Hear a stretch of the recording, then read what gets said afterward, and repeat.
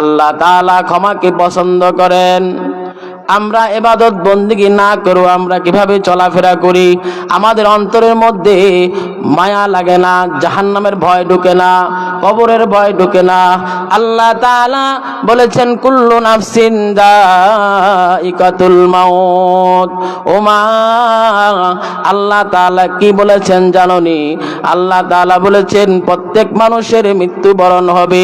যার জান আছে, চাই মানুষ হোক, দানব হোক, মুসলমান হোক, অমুসলমান হোক, সকলেরই মৃত্যুবরণ করতে হবে। ওয়া ইন্নামা তুওয়াফাউনা উজুরাকুম ইয়াওমাল কিয়ামা। কিয়ামতের দিন আল্লাহ তাআলা তোমাদের আমলনামার খবর রাখবেন, তোমাদের আমলনামার খবর রাখবেন।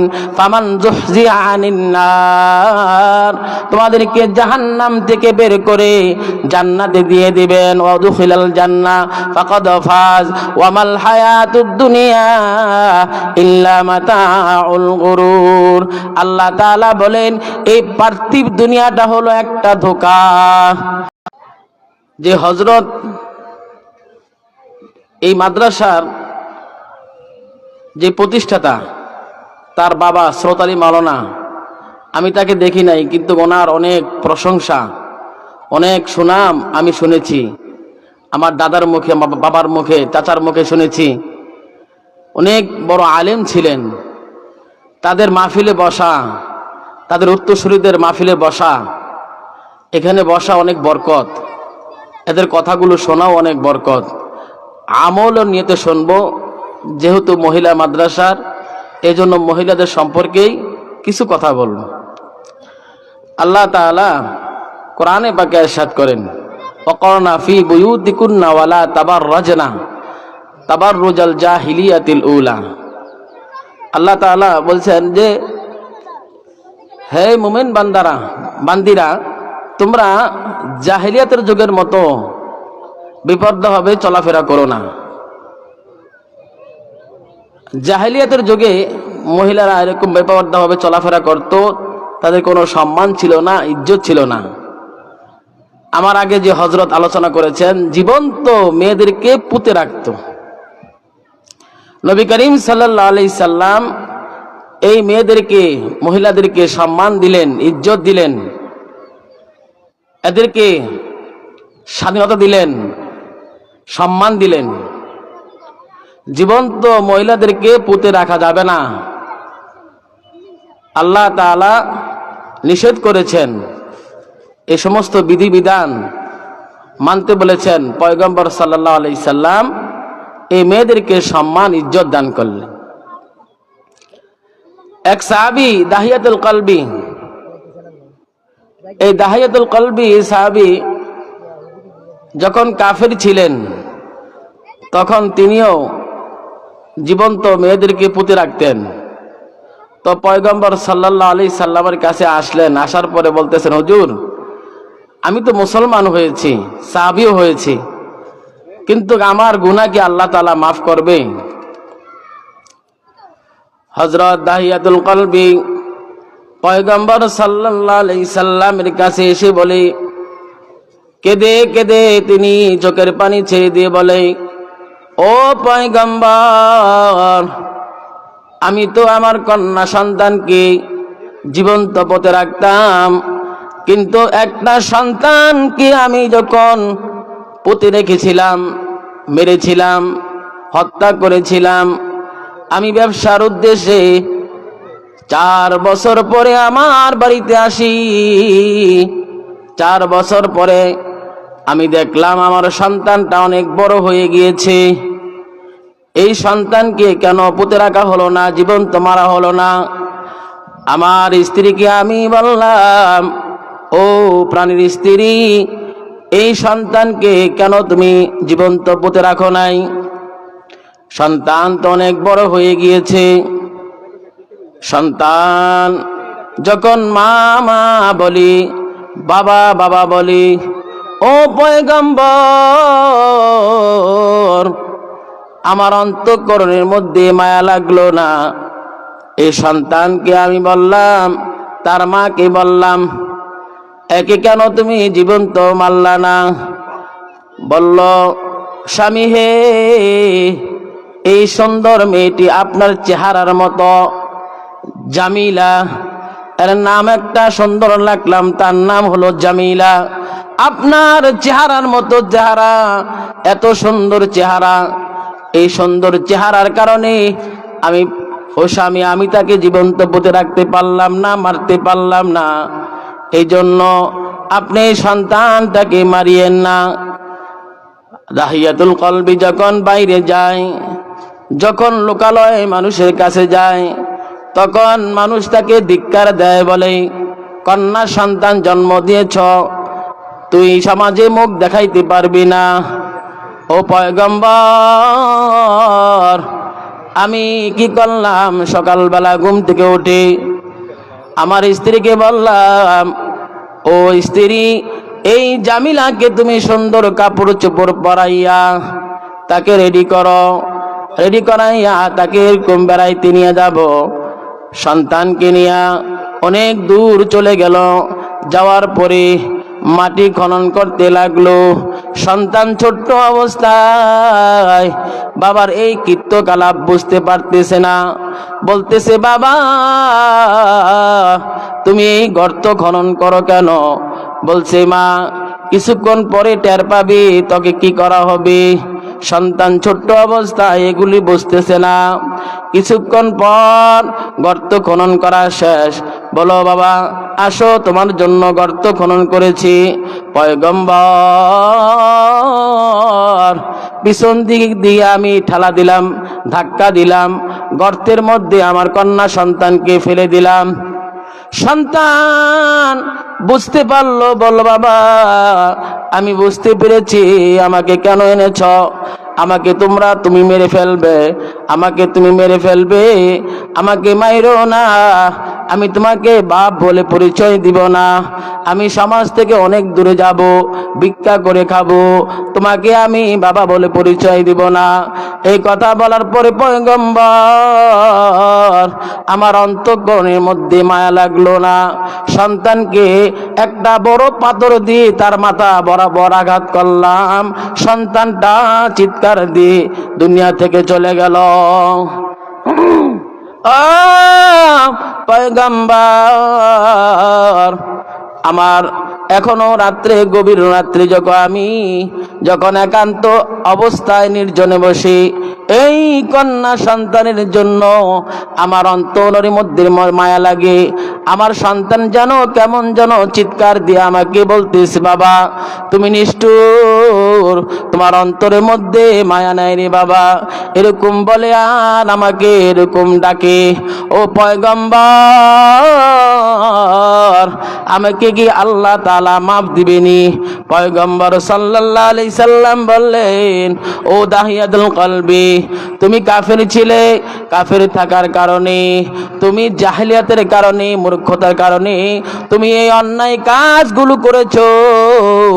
এখন যেহেতু তুমি মুসলমান হয়েছ, আল্লাহ পাক রব্বুল আলামিন তোমাকে ক্ষমা করে দিয়েছে। এই জন্য জাহেলিয়াতের কারণে যদি অন্যায় করে থাকি, আমরা তো জেনে বুঝে আমরা অন্যায় করতেছি, জেনে বুঝে অন্যায় করতেছি। এই জন্য তওবা করি, গুনার জন্য মাফ চাই। আল্লাহ তাআলা তওবাকারীকে পছন্দ করেন, তওবাকারীকে আল্লাহ তাআলা মাফ করে দিন। তুবু ইলাল্লাহ তাওবাতান নাসুহা, নামাজ পড়বো, ইবাদত বন্দি করব, কারণ আল্লাহ পাক রব্বুল আলামিন আমাদেরকে ইবাদত বন্দেগীর জন্য দুনিয়াতে পাঠিয়েছেন। ওয়ামা খালাকাতুল জিন্না ওয়াল ইনসা ইল্লা লিয়াবুদুন, মানুষ এবং জিন জাতিকে আল্লাহ পাক রব্বুল আলামিন ইবাদত বন্দেগীর জন্য পাঠিয়েছেন। নামাজ যেরকম ফরজ, পর্দা করা ফরজ, কিন্তু পর্দার হুকুম মানলেন না, বিশ্বাস করলেন না। নামাজটা বিশ্বাস করলেন, একটা মানলেন, আরেকটা মানলেন না। তাহলে ওই ফরজের জন্য আল্লাহর কাছে জবাব দিতে হবে। আপনার স্বামীকে, আপনার মা বাবা ভাই বোন এগুলি সাক্ষী হবে, কেন তারা পর্দা করাইলো না। এই জন্য সাক্ষী করায়েন না, নিজেও জান্নাতি হন, অপরকে জান্নাতি বানান। আল্লাহ তাআলা ক্ষমাকে পছন্দ করেন। আমরা ইবাদত বন্দেগী না করব, আমরা কিভাবে চলাফেরা করি, আমাদের অন্তরের মধ্যে মায়া লাগে না, জাহান্নামের ভয় ঢুকে না, কবরের ভয় ঢুকে না। আল্লাহ তাআলা বলেছেন কুল্লু নাফসিন যায়িকাতুল মাউত। ওমা আল্লাহ তাআলা কি বলেছেন জানোনি? আল্লাহ তাআলা বলেছেন প্রত্যেক মানুষের মৃত্যুবরণ হবে। যার জান আছে, চাই মানুষ হোক, দানব হোক, মুসলমান হোক, অমুসলমান হোক, সকলেরই মৃত্যুবরণ করতে হবে। ওয়া ইন্নামা তুওয়াফাউনা উজুরাকুম ইয়াওমাল কিয়ামা। কিয়ামতের দিন আল্লাহ তাআলা তোমাদের আমলনামার খবর রাখবেন, তোমাদের আমলনামার খবর রাখবেন। ফামান যুহজিয়া আনিন নার, তোমাদেরকে জাহান্নাম থেকে বের করে জান্নাতে দিয়ে দিবেন। ওয়া দুখিলাল জান্নাহ ফাকাদ ফাজ ওয়া মাল হায়াতুদ দুনিয়া ইল্লা মাতাউল গুরুর। আল্লাহ তাআলা বলেন এই পার্থিব দুনিয়াটা হলো একটা ধোঁকা। আল্লাহ রাব্বুল আলামিন বলেন কুল্লু মান আলাইহা ফান, পৃথিবীর ভূপৃষ্ঠে যা কিছু আছে সব ধ্বংস হয়ে যাবে, বাকি থাকবে তোমার প্রভু যিনি মহিয়ান এবং মহানুভব। আল্লাহ তাআলা বলেন আইনামা তাকুনু ইদরিকুল মাউত ওয়ালাউ কুনতুম ফি বুরুজিম মুশাইয়াদা। তুমি যেখানে থাকো না কেন মৃত্যু কিন্তু অবশ্যই তোমাকে পাকড়াও করবে, তুমি যদি সুদূর দুর্গের মধ্যে অবস্থান করো না কেন। আমার ভাইয়েরা, এই জন্য মৃত্যুর হাত থেকে কেউ রেহাই পাবে না, মৃত্যুর হাত থেকে কেউ বাঁচতে পারবে না। হযরত ওসমান গনি রাদিয়াল্লাহু তাআলা আনহু কবরের পাশ দিয়ে যাইতেন, আর কবর দেখে তিনি এত কান্নাকাটি করতেন আর বলতেন এই কবর হলো প্রথম ঘাঁটি। এই কবর থেকে যে ব্যক্তি মুক্তি পেয়ে যাবে সব জায়গা মুক্তি পেয়ে যাবে। হযরত ইব্রাহিম আলাইহিস সালাতু ওয়াস সালাম আল্লাহ পাক রব্বুল আলামিনকে বললেন ও আল্লাহ তুমি মৃতকে কিভাবে জীবিত করো? আল্লাহ তাআলা বলেন হে ইব্রাহিম তোমার কি বিশ্বাস হয় না? ক্বালা আওয়ালাম তুমিন, আল্লাহ বিশ্বাস হয়। ক্বালু বালা ওয়ালাকিন লিয়াতমাইন্না কলবি, কিন্তু আমার মনের মধ্যে ইতমিনান হয় না। আল্লাহ তাআলা বলেন ক্বালা ফাখুয আরবাআতাম মিনাত তায়রি ফাসরুহুন্না ইলাইকা সুম্মা জাআল আলা কুল্লি জাবালিন মিনহুন্না জুজআন সুম্মা দুহুন্না ইয়াতিনাকা সায়া ওয়া'লাম আন্নাল্লাহা আজিজুন হাকীম। আল্লাহ পাক রব্বুল আলামিন বলেন হে ইব্রাহিম তোমার যেহেতু বিশ্বাস হয় না তাহলে 4টা পাখিকে তুমি সংগ্রহ করো, আর এই 4টা পাখিকে তুমি কি করো? পোষ মানাও। 4টা পাখিকে পোষ মানাইয়া তাদেরকে জবাই করো, কেটে টুকরো টুকরো করো, 4টা ভাগে বিভক্ত করে 4টা পাহাড়ে রেখে আসো। সুম্মা ইয়াতিনাকা সায়া, তোমার দিকে নাম ধরে ডাকো, নাম ধরে ধরে ডাকো, তোমার দিকে পাখিগুলো ছুটে আসবে। হযরত ইব্রাহিম আলাইহিস সালাতু ওয়াস সালাম বিশ্বাস করলেন, মনের মধ্যে ইতমিনান হলেন যে মৃত্যুকে আল্লাহ তাআলা জীবিত করে কবরের মধ্যে আযাব হয়। আল্লাহ পাক রব্বুল আলামিন পয়গম্বরদেরকে জানায়া দেন, দেখায়া দেন যেন উম্মতরা সতর্ক করতে পারে, উম্মতদেরকে সতর্ক করতে পারে। এই জন্য আল্লাহ পাক রব্বুল আলামিন পয়গম্বর সাল্লাল্লাহু আলাইহি সাল্লামদেরকে জানিয়ে দেন, নবীদেরকে জানিয়ে দেন। হযরত মুসা আলাইহিস সালাতু ওয়াস সালাম কবরের পাশ দিয়া যাচ্ছেন, দেখেন কবরের মধ্যে শাস্তি, কবরের মধ্যে আযাব হইতেছে।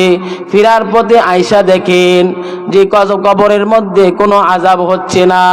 তখন মুর্দার ব্যক্তিকে বললেন কিছুক্ষণ আগে তোমার কবরের মধ্যে আযাব, তুমি কি আমল করেছো যে আমলের কারণে তোমার কবরের মধ্যে আযাব হচ্ছে না? আল্লাহর বান্দা বলতেছেন যে আমার একটা সন্তান আছে, এই সন্তানকে আমি মৃত্যুর আগে আমার স্ত্রীর কাছে হাতে উঠিয়ে দিয়েছি। বলতেছি আমার স্ত্রী যখন আমি ইন্তেকাল করব, আমার এই সন্তানকে মাদ্রাসায় পড়াইবা, মাদ্রাসায় শিক্ষিত করবা। আমার এই সন্তানকে আজকে বিসমিল্লাহির রহমানির রহিম শিক্ষা দিয়েছে। আল্লাহ পাক রব্বুল আলামিন ফেরেশতাকে ডাক দিয়া কয়, এই আল্লাহর বান্দাকে মাইরো না, এই সন্তানের এই লোকের সন্তানকে আজকে বিসমিল্লাহির রহমানির রহিম শিক্ষা দিয়েছে, আমাকে রহমান বলেছে, আমাকে রহিম বলেছে। এই জন্য যদি আমি তাকে মারি তাহলে তো আমি রহমান থাকলাম না, রহিম থাকলাম না। এই জন্য তাকে আযাব দেওয়া যাবে না। মাদ্রাসায় পড়াইলে দুনিয়াও আল্লাহ তাআলা শান্তি রাখেন, সন্তানকে মাদ্রাসা পড়াইলে কবরের মধ্যে আল্লাহ তাআলা শান্তি রাখবেন, আল্লাহ তাআলা হাসরের ময়দানে শান্তি রাখবেন, কবরের মধ্যে আল্লাহ তাআলা শান্তিতে রাখবেন। এই জন্য সন্তানকে কমপক্ষে মাদ্রাসায় পড়াবো, মাদ্রাসায় শিক্ষিত করব, তাদেরকে আমরা ধর্ম শিক্ষিত করব। স্কুলে পড়লে কোনো লস নাই, কিন্তু আগে আপনার সন্তানকে মাদ্রাসায় শিক্ষা দেন, কোরআনের ইলম তার গলার মধ্যে ঝুলাই দেন, তাকে শিক্ষিত করেন। এই সন্তান কোনোদিন নাস্তিক হবে না, এই সন্তান কোনোদিন মা বাবার সাথে বেয়াদবি করবে না, ওস্তাদের সাথে বেয়াদবি করবে না।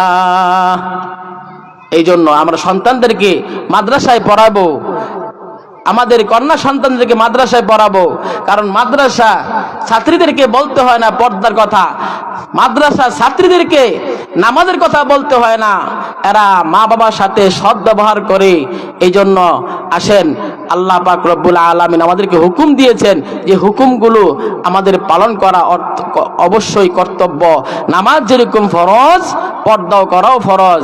এই জন্য নামাজের সাথে, নামাজ হলো 5 ওয়াক্ত, আর পর্দা 24 ঘন্টা ফরজ। ঘরের মধ্যে অনেকে পর্দা থাকে না, বাইরে আসলে পর্দা হয়, পর্দা দেখায়। অনেকে ঘরের মধ্যে পর্দা করে না, যেমন চাচতো ভাই, ফুফাতো ভাই, এদের সাথে গল্প করে নির্জনে বসে কথাবার্তা বলে।